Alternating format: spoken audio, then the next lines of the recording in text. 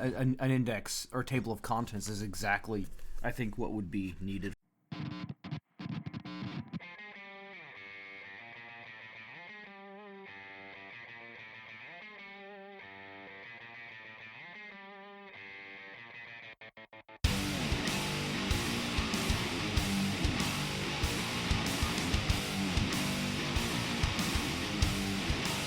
I hate the swamp. I hate the swamp so much.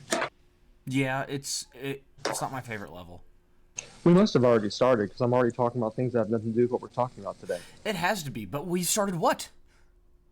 Podcast of the Super Whiskey Brothers. Super Whiskey Bros podcast. Uh, I'm one of those. that's unfortunate. Yeah. Even more unfortunate, you're the other. Oh, my apologies to you, sir. Now, we've already established who the bros are. It is, in fact, you, yourself, and me, yourself. Me yourself. Me, yourself. Not to confuse with Meerschaum, which I don't have. Oh. I'm Briarwood only. That's not true. I actually have some cherry wood, but I think it's acceptable. But Tyler, when you're done urinating, what are you drinking? Is it the urine? Is it? It's the urine. I've turned Bear Grylls. I'm a yearning for a drink. I'm yearning for some pee.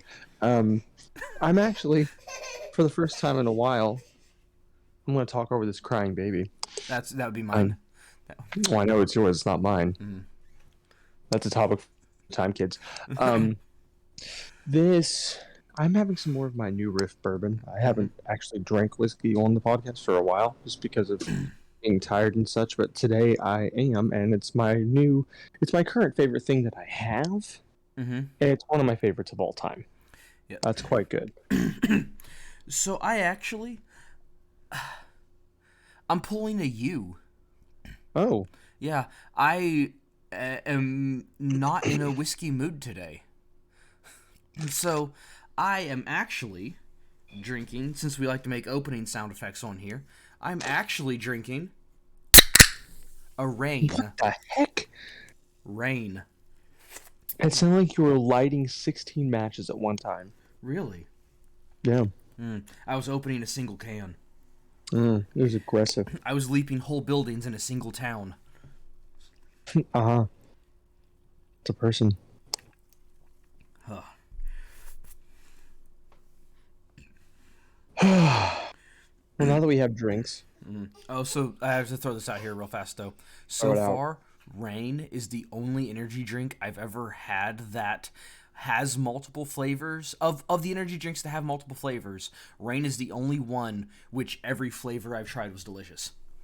I need to try Rain because I've quit drinking Monster for a while now because I think it's hurting me. I don't really like any of the ones that are more good for you, and Rain is better for you than Monster is, at least. Rain. So try it.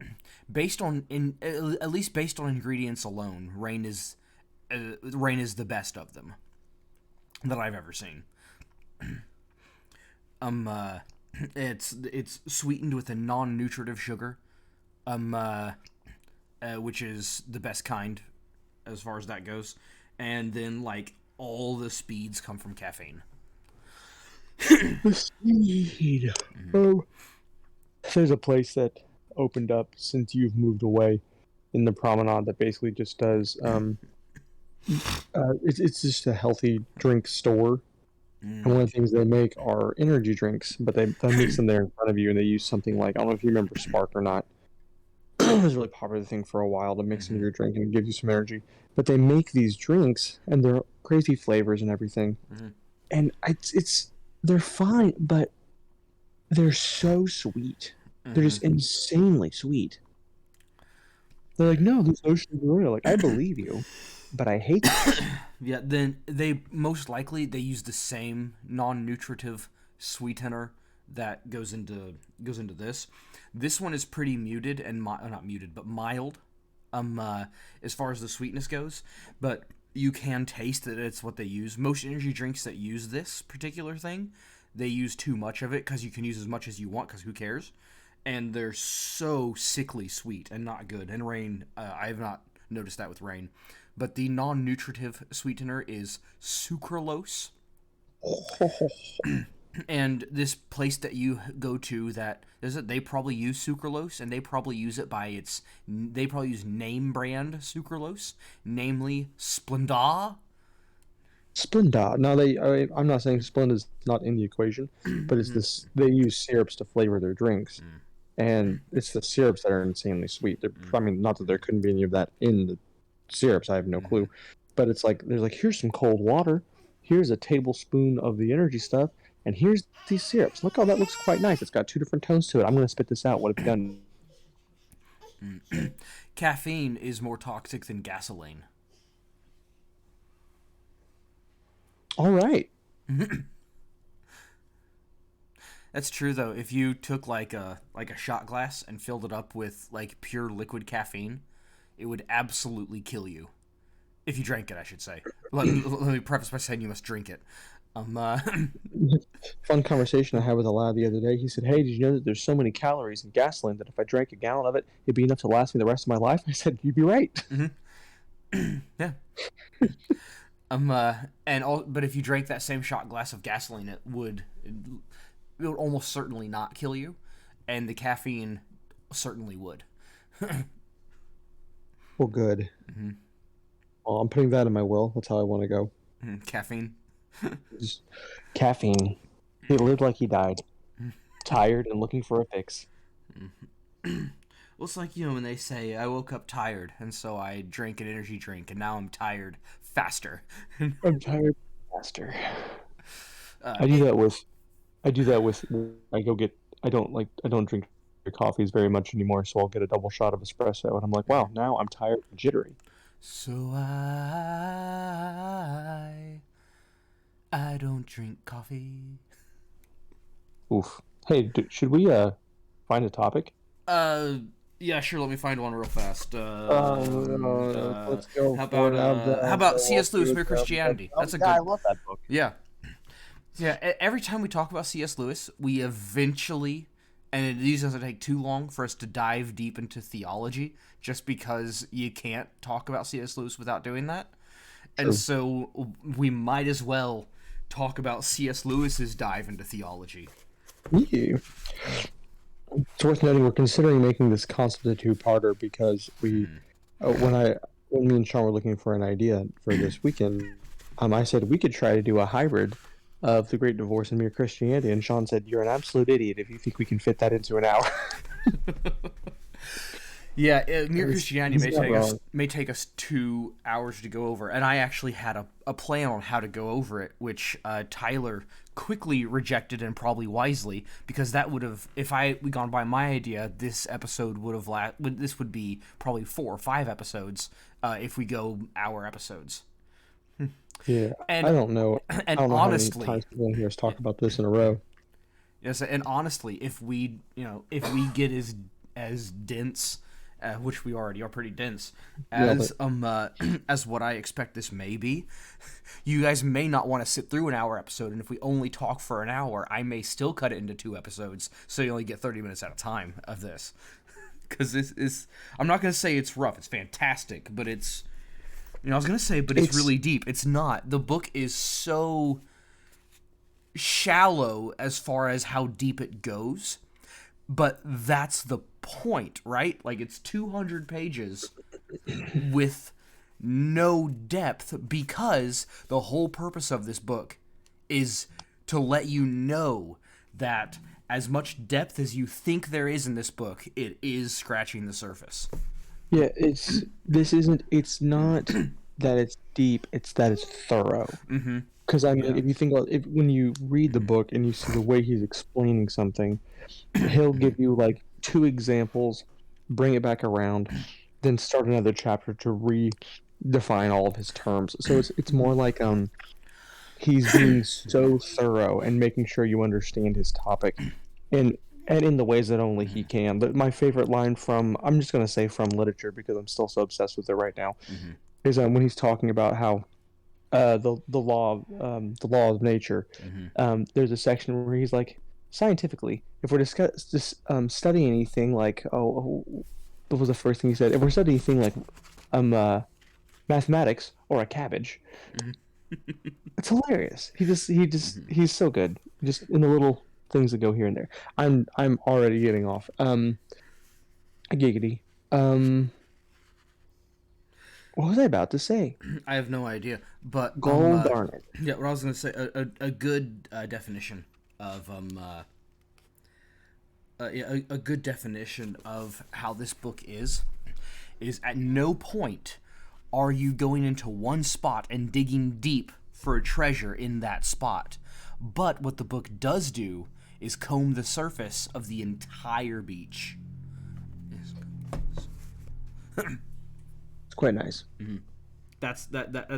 That's how I'm gonna describe that. You know that there's treasure buried under the beach.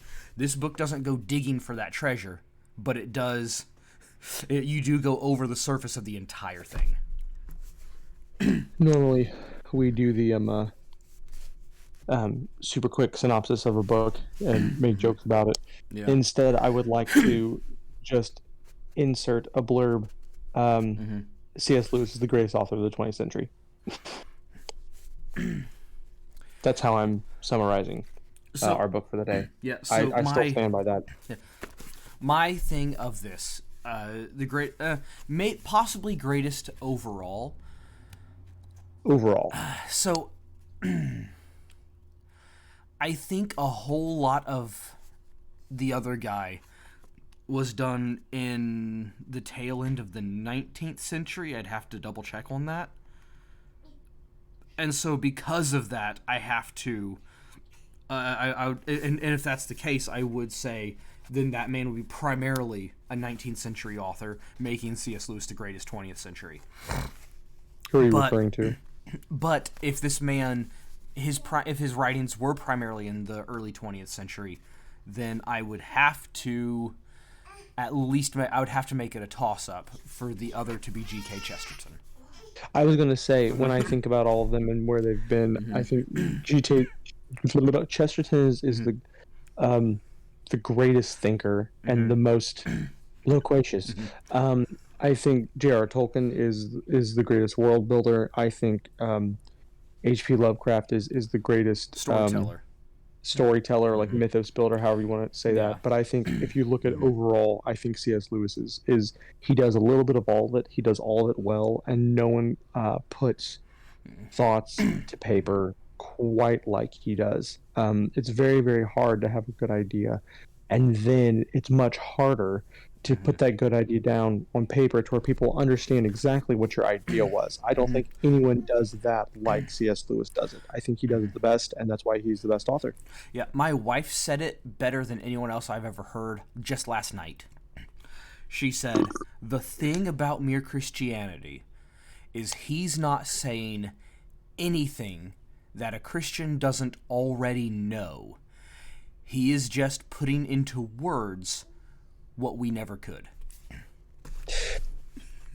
That's great, and I like that an awful lot. But I would have to say, there's a lot of things in here that a lot of Christians probably actually don't know, or at least have never really thought about or realized in any real extent. That's part of it too. When you realize that, like, because when you read it, the realization hits you. But then when the realization hits you, you also realize I knew this all along.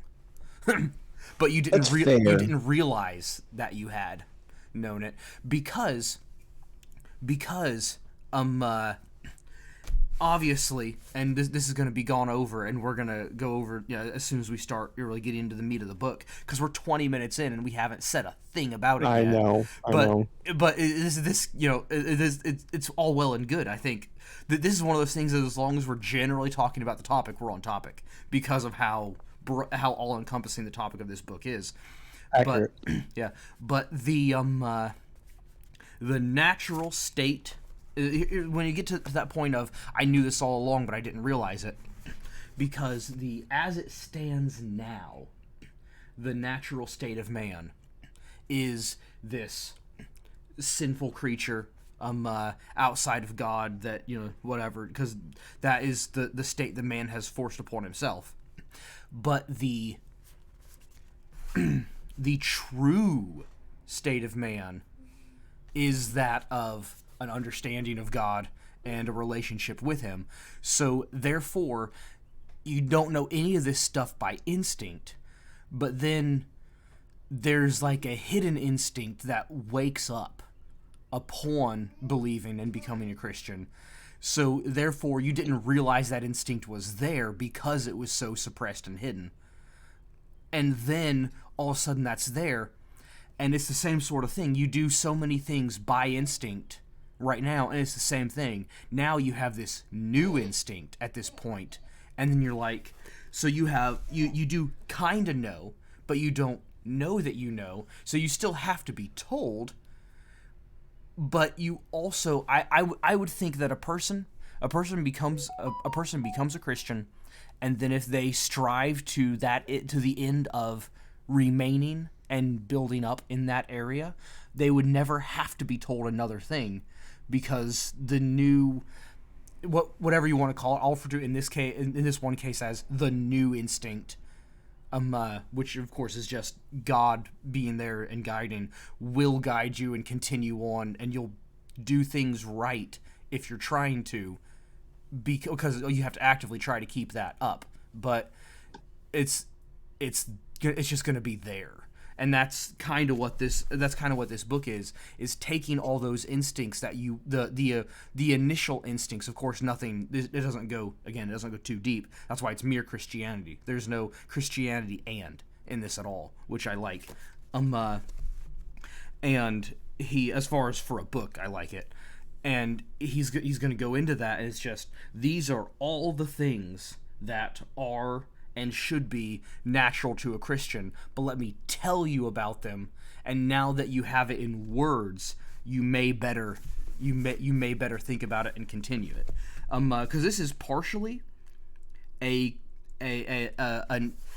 fairly irrefutable proof of, natural proof of Christianity, and also partially for Christians, saying, look, here are the things that you should know and probably do know, but now that you have them in words, you can better articulate to yourself and continue.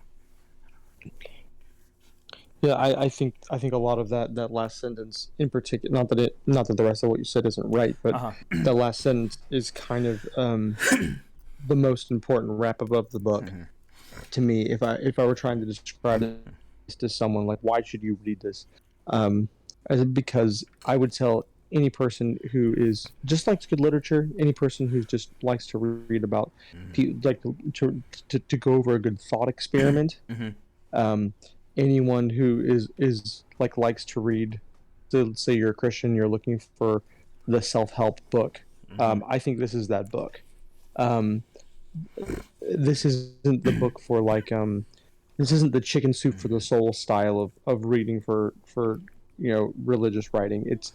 It's just a really good breakdown. I'm trying to put into words a thought I'm having, and since I'm not C.S. Lewis, it's difficult.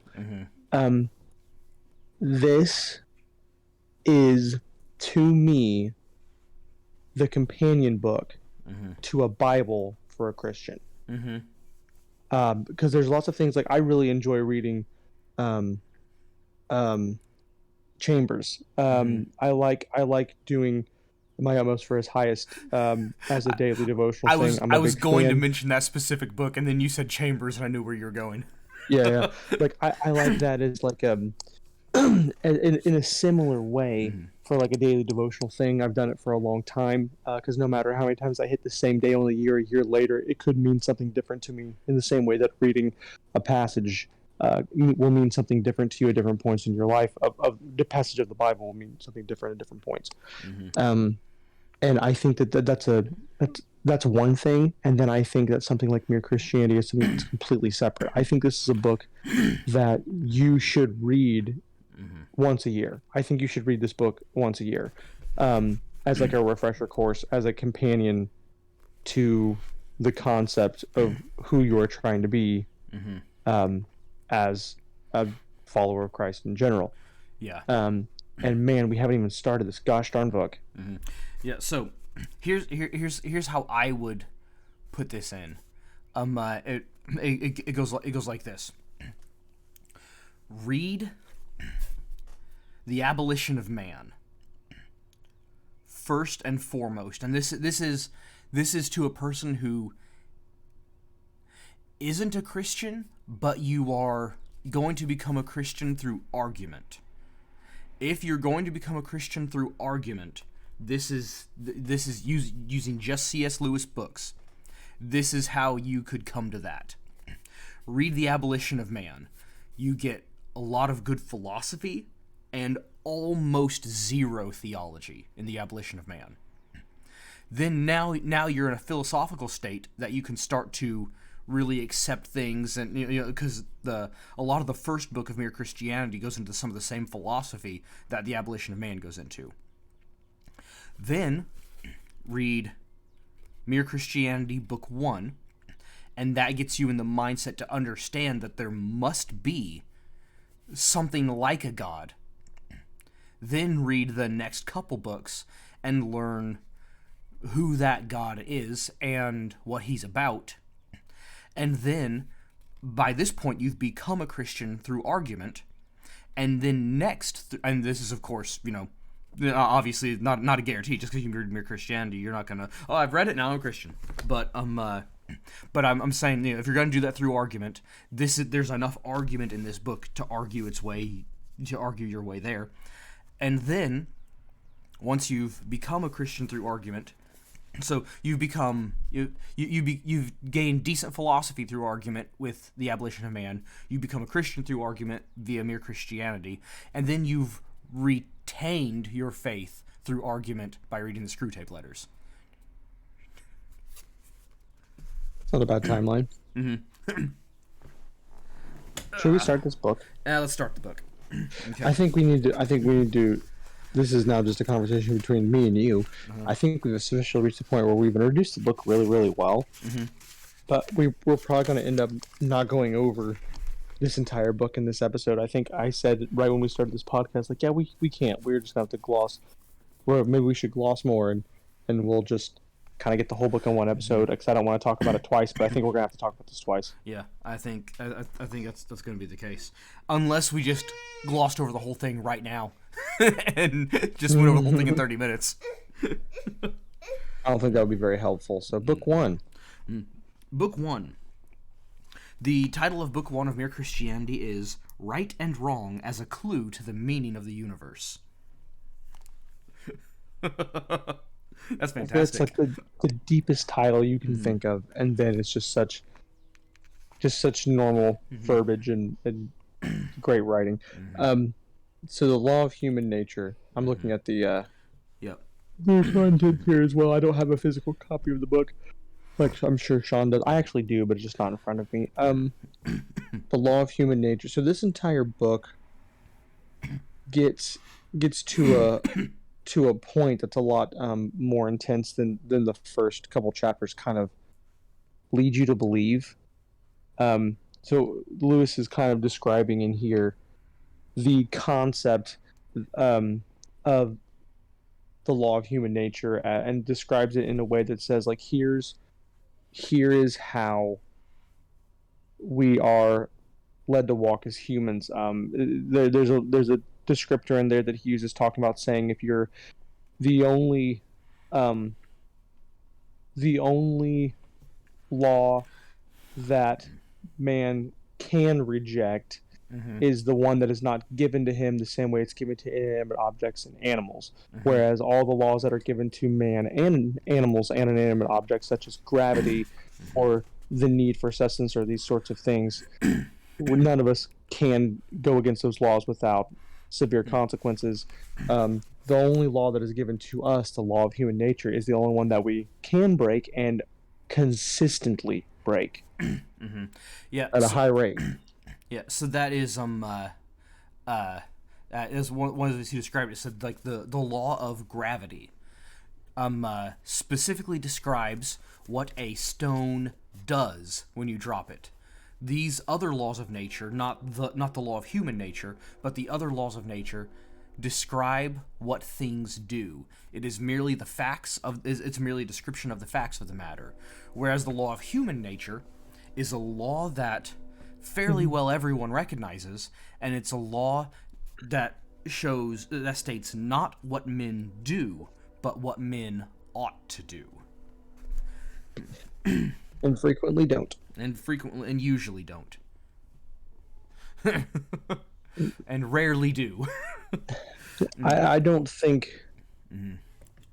This is one of those things where, gosh darn it, I just wish we could just read the entire thing. Everyone just needs to go read this book. I know we always say that whenever we're going over one of these, and that's the point. But we could never get all of the same thoughts across in the way that he does, because he lays it out so well. He talks a lot about there's a good section there talking about the law of human nature that I find it to be a pretty good descriptor. Talking about the Nazis, for instance. So like, well, we get awfully angry at them because of all the terrible things that they did, but the law of human nature is what we're going by. So if we didn't have that to go by, if there was no objective whatever, good, there was nothing wrong. Yeah, if there was no objective good, there can be no objective evil. So yes, we would view what the Nazis do or did as not great, as evil and bad. But provided that if there were no objective moral law, then they may view it as perfectly acceptable. And then who would we be to call them bad? But fortunately, there is, and anyone you can get anyone to admit this fact, and that is there is an objective moral truth.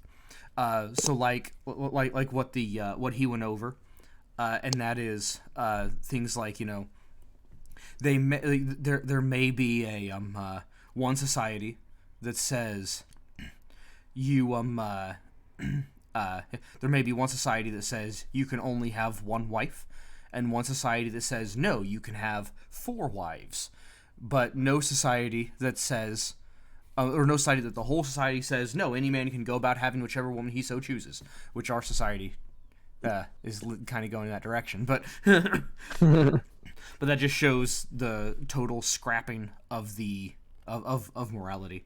But and this is his way of eventually refuting the concept of saying like, oh, well, morality doesn't come from God. Morality comes from, we're humans and we should be decent to other humans. This is a kind of a refutal of that eventually as you get all the way through the concept of why this has to come from an entity, original creator, original person who gives those laws to us, as opposed to this concept of saying it's really easy to say, oh, well, you don't have to have God to be moral, you're just decent. Well, you're correct. You don't have to become a Christian to be a decent person. I mean, no one's saying that. There are many, many decent people who may or may not be Christians, but the entire concept is that the law of human nature that you have inside of you that leads you to not to be a decent person, to not commit acts of atrocities and be a spiteful, vengeful person, does come from this entity and this concept and the person who set all this in motion. Yeah. The statement is it said you'll find yourself with when anytime you have 2 options, one that would go against the moral law and one that would go with it. You'll find yourself with 2 instincts. One is the instinct of self-preservation or self-convenience or self-indulgence or any such thing, the thing that would benefit you. And the other is the thing that would be in accordance with the moral law, therefore would likely cause more benefit to another person, though not necessarily. And so now you're faced with these 2 things that you could call 2 instincts, but they are absolutely warring instincts, not in the slightest bit agreeing one with the other. And then there's always a third thing that is that it tends to push you and say, no, don't do the thing that is going to benefit you at the detriment of the other person. Do the right thing, do the good thing, the thing that you know is objectively good. And that third voice that is telling you not to do, that's telling you that you must do the right thing, and that you must suppress your instinct to do to suppress your second instinct to do the wrong thing, that voice could not possibly be either of those instincts themselves. As he said, any more than the sheet of music telling you to play a certain key could be the key itself. Yeah, and then he goes on to say the same kind of concept about, that he uses that analogy again, which I really like, that he keeps bringing that same concept back. Not that he's using the music as over and over again, but that he likes to use the same analogy and show how it keeps working. Saying like there are no wrong notes, just that just depending on the timing in which to do all that kind of stuff. It's that wasn't anything about your topic. It was just he's so good at this. It's incredible. Yeah, there are on a piano. There are no wrong notes. Almost every note on the piano is the right note at some point. But in order to play the song you are meant to be played, then you must play them at the right time. Then that ties into, oh man, I hope this is in the same book. My mind is a little bit just confused enough about which book this section is in. That I might be getting technically off topic for us, and if so, I'll take it back. But he eventually gets into talking about how one of my favorite concepts from the book is saying that there is only, in the beginning, good. There's only that. You only have good, and then from that good, you have things that evil has taken to and to give you a different type of the wrong version of that same pleasure that you would get from doing good and being good, and just perverts it. There's nothing that is originally evil. Oh man, this is further in the book. This is definitely further in the book because it's that really really deep concept of talking about saying how duality is wrong and it's not good versus evil, because technically in that particular philosophy it has to say that there was always good and there was always evil, and then those two things were warring. But the concept is that there was always good and evil perverted the good. Yeah, but it's and that is in with the concept of dualism, there is one good and one evil. The good is just the embodiment of good, but the evil is just the embodiment of evil. Good for good's sake and evil for evil's sake. But man can't understand the concept of evil for evil's sake, because then we would have to recognize that the evil must be objectively evil. Therefore, there must be a genuine standard against which to weigh it, which means good is right and evil is wrong. And a man cannot be evil for evil's sake. That is to say, a man who is cruel and would cheat another man or kill another man doesn't go about saying, I'm going to cheat this man not because it would benefit me any, but because it is wrong. Just because it is wrong, I will cheat this man. Right. It is, I'm going to cheat this man because it benefits me. So therefore, it is for the, so he wishes to convenience himself, to bring himself some pleasure or other, and the pleasure that he is trying to bring himself is in and of itself not evil and potentially is good. So I wish to bring myself money. That's good. It's good it's good to get money for yourself. The evil comes in when you are doing it in the wrong way, by cheating someone else, therefore evil deeds are always done in the pursuit of some good or other. Yeah. Which is that's a concept that I don't think I was ready for when I first read it, because it's just it's not something you think about. That goes back to what you'd said earlier about saying it's something that you didn't know until you heard it. Then it makes sense. Like you've always known it, but you've never said it. Because it just ties in with the entire concept of how it should be, how it would have to be, but you never thought about it. Yeah. And then we. Oh man, I had something I was thinking about and I had forgotten. But we get into this is still in this section, in the section about the moral law. But yeah, so therefore there must be something behind the moral law, because if it's just the instinct of man, then what is it that's in us deciding which instinct to follow? So there must be some living, or some, not necessarily living thing, but some conscious thing, as he describes it, something that is more like a mind than it is like anything else we know. And that is, I think that's a great description. And then, hold on, let me go back over the chapter titles here, so I can be thinking about this, because I had my book open to something else. Yeah, and then we have in here, in the last chapter of the first book, and that doesn't necessarily mean we're done with the first book, just because I'm in the last chapter, but the last chapter is titled, "We Have Cause to Be Uneasy."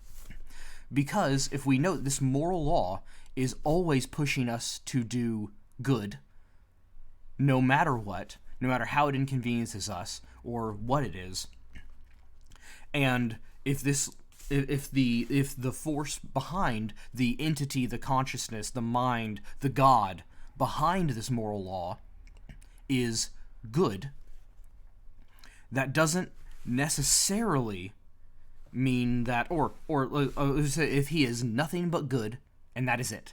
I guess let me stop where I was saying there and rephrase it that way. If he is nothing but good, and that is it, that would mean that he is completely intolerant of evil, if he is only good.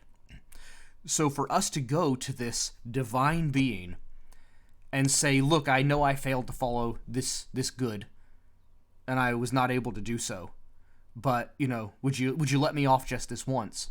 There is no, as long as we stop there and just say, there is a divine being, and he is good. That is, he loves all that is good and despises all that is evil. There's no reason why we should be able to go to that being and say, will you please let me off? Because while forgiveness is good, forgiveness doesn't mean a lack of punishment in and of itself. That is to say, if someone murdered a family member of mine, I can forgive that person. That is, I harbor no ill will toward them. I've forgiven them. But I can still advocate for the death penalty for that person as just punishment for having killed my family member. I could even be the one to administer that punishment. Now the difference is this. The difference is this, right? Because say I was the town executioner, and therefore I would have to be the one to administer that punishment, the punishment of death to this person. But I could have forgiven him. If someone kills a family member of mine, if I have not forgiven him, I am actively seeking to kill him myself as revenge. But if I have forgiven him, then I no longer harbor him necessarily ill will, but so therefore I am not seeking to do him harm myself, but I also recognize that justice is also good, and justice means punishment. And so therefore I can say, I forgive you, I harbor no ill will towards you, but what you did is still deserving of death, and I believe that you need to have the death penalty assigned to you.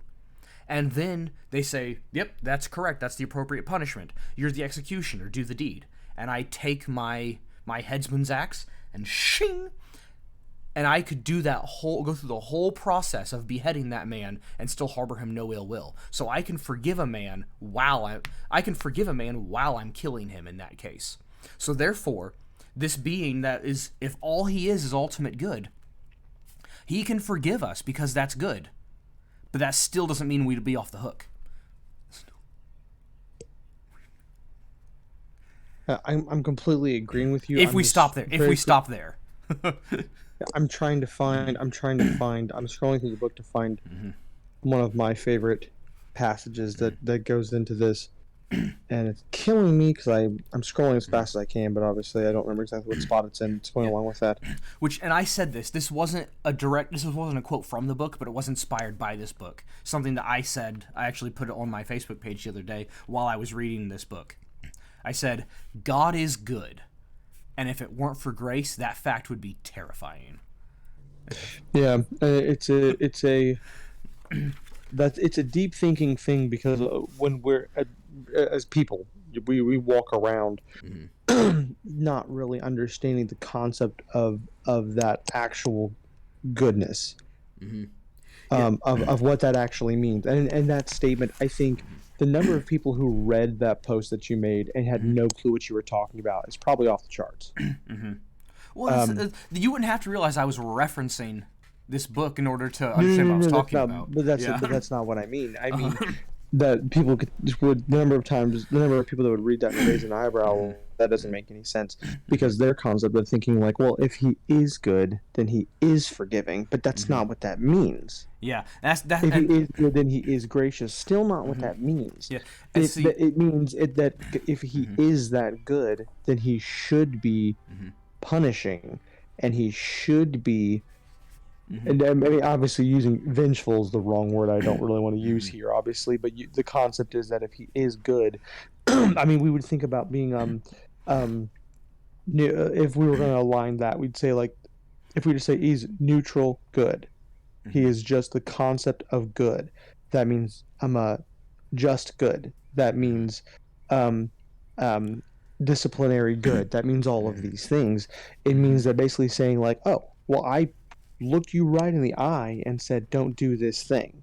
Well, now you've done this thing. Here's the consequence. And on the scale that we're speaking, that consequence is very steep. So I mean, like, without the concept, like that's where people get lost, is they think of good in this very, very very shallow sense. And that's what this Lewis does such a good job of describing, is we have such a shallow understanding of what good means. We think of good as like all the things that we get from it. We think of good from our perspective as, oh, this person's being good to me because they're doing these things, or I'm being good to this person because of what I'm doing to them.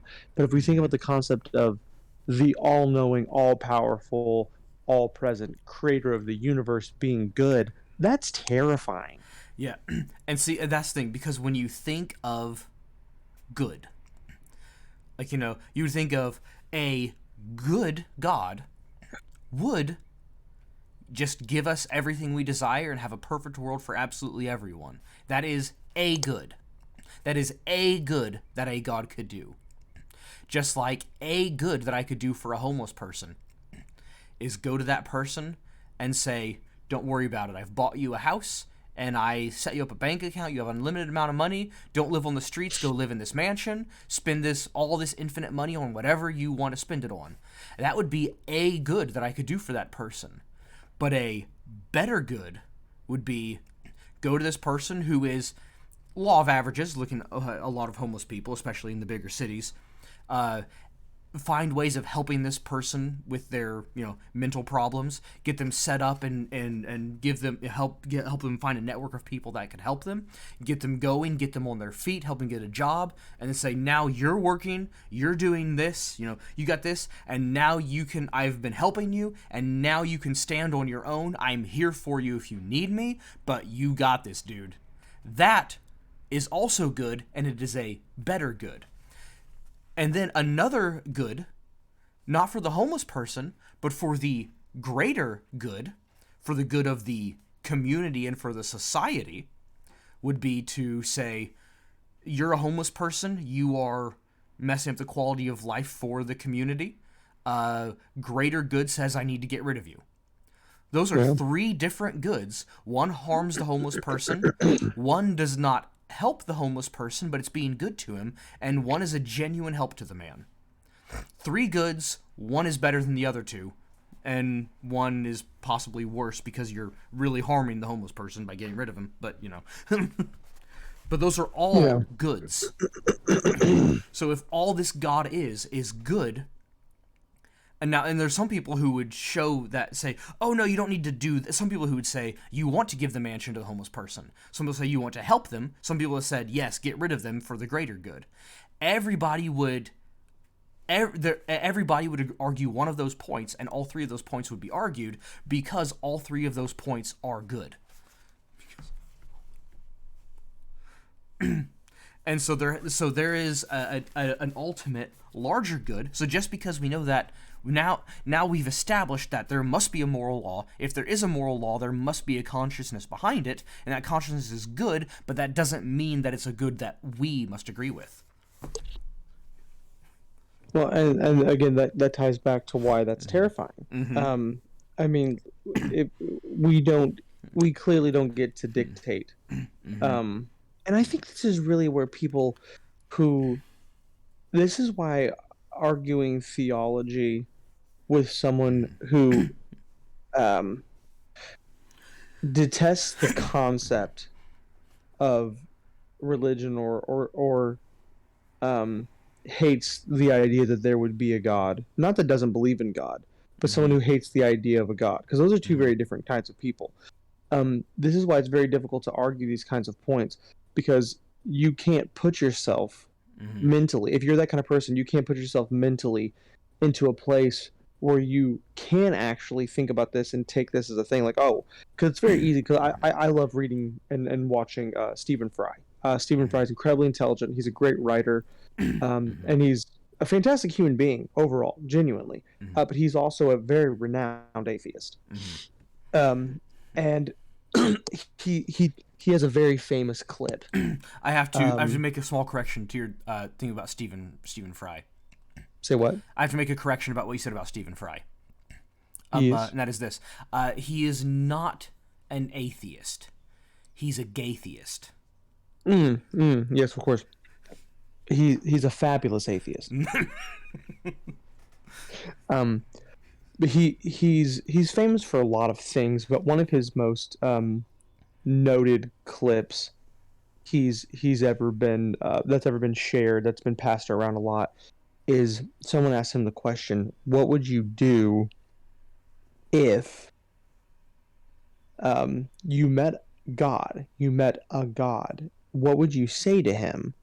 And what if you found out there was a heaven? And his first answer is, well, I wouldn't want to go because I'd be going on his terms. And he said, okay, well, let's say you meet God in whatever scenario. What would you say to him? And his response is, the first thing I would say is, how dare you? And that's his first thought, right? His first thing is, how dare you?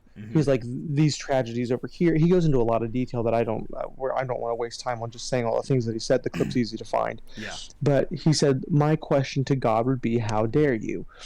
And you can't talk about these concepts to someone who has the thought in their mind, like Stephen Fry, how dare you? How dare you be good and just and gracious, and then give us the ability to make our own decisions that affect the entire world, right? Yeah. That's the problem. How dare you be all powerful and then let us choose and let us deal with our own consequences? That's what he's ultimately saying. He's not saying that, but that's what it is. How dare you be this good God, this just God, and then offer the grace and the concept of allowing us to make our own choices?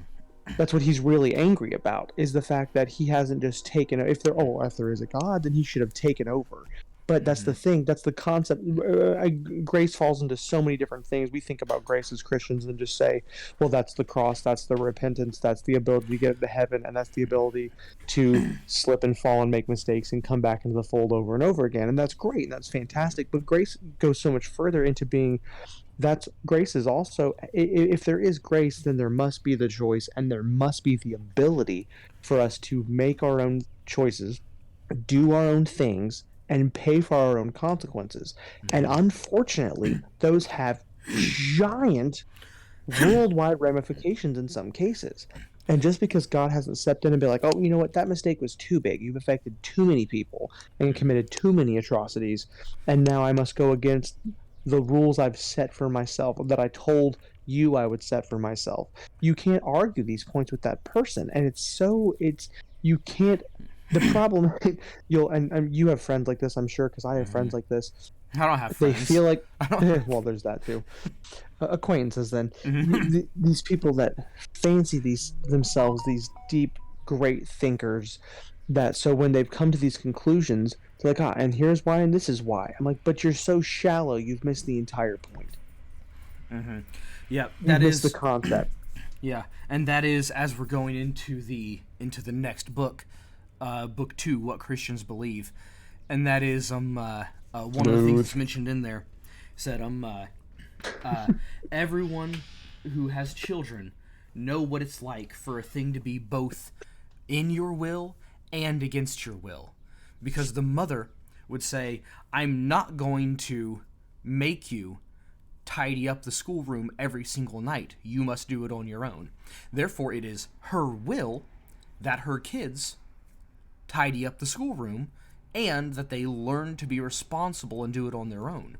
So when she comes in a few days later and sees that everything's in shambles, she'll look in and she will see that her will of letting them learn to be responsible and doing it themselves, that the mistakes were part of that will and the refusal to do so, because the making it voluntary was her will, so therefore her will was done, but it was also her will that the schoolroom be clean, and that part of her will was broken. Nice segue, by the way. Yeah, and that is and that is where I think that's a good that initial introduction into book 2 is a great spot to do that. And so that is the end of the first episode of Mere Christianity. We just went over book 1. There's 4 books in this volume. Fantastic. I think we're gonna be able to cover more ground without having to give our thoughts and background on Mere Christianity. So maybe we can get through at least 2 books next time. Possibly. Holy cow, it's been an hour. Yeah, it's been an hour. That's what I'm saying. We're through book 1, and that's this whole episode. So next time you see us talking about this book, it'll be about either book 2 or books 2 and 3 or books 2, 3, and 4. We'll see what happens. But for now, bye. Hey. Hey, so I got to go do something. Have fun. Yeah, Brooke needs me to go do the we'll have to go set out some garage sale stuff. Do you want to break and then return, and then so we're recording multiple episodes today, or do you want to cut off there and then do some more, like we'll do more studying on books 2, 3, and 4, and then pick up recording next week? I would rather pick up recording just because, one, we unexpectedly have the girls over. We don't normally on this weekend, but we do, which I'm happy about, but I would rather hang out with them. But also because I restudied book 1 pretty thoroughly to talk about it, but I didn't go through the rest of them again, so I'd like to have this week to kind of dive back in, because it takes me longer to process than it does you. I had pulled up a scripture that I was going to that I was going to go over, or not go over, but mention when we were talking about the other thing, the when God is good thing, and I pulled it up to say it, and then I completely forgot. But I'll go ahead and say it now and then, because I'm still technically recording, and I may find a way to squeeze it in or something. I don't know. But I'm going to see if I can cut out my saying of this and pop it in the middle of something. But Hebrews 10:31. It is a fearful thing to fall into the hands of a living God. Yeah. Well, that's William Branham. I mean, that's the whole William Branham thing. That's not because obviously we're not recording or not. Well, I don't care if you answered this and it doesn't matter. But I mean, that's the falls back into what's his name? Is it Ray Graff? Maybe that name sounds familiar. Ray Comfort. I mean, that's his penultimate statement that kind of goes behind everything that he's ever said. Is if you are on an airplane and this doesn't really tie in, I just love it so much, it loosely ties in, and I just love saying it out loud.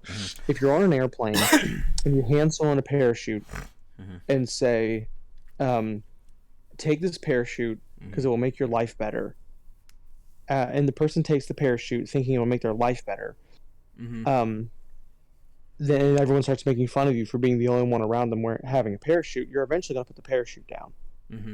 If you are on a plane and you hand someone a parachute and said, 2 of our engines just blew up, this is going to save your life, while people are making fun of you of that, you're going to hold on to the parachute. Not only are you going to hold on to the parachute, you're going to do your absolute hardest to convince everyone else to put on a parachute too. To put on a parachute. Mm-hmm. Yeah, and that it's a loose tie-in, I realize. It's like a conjoined thought, but it's the only reason why I've ever stood by the fire and brimstone preaching. I don't think it's the only kind of way you should reach someone, but I believe it's effective for that reason.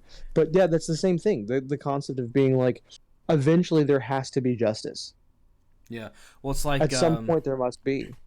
Let me find this. It's in Jude 21, 22, and 23. So, keep yourselves in the love of God, looking for the mercy of our Lord Jesus Christ unto eternal life. And of some have compassion, making a difference. And others save with fear, pulling them out of the fire, hating even the garment spotted by the flesh. This concludes part 1 of Mere Christianity by C.S. Lewis. The next part will feature more of the book.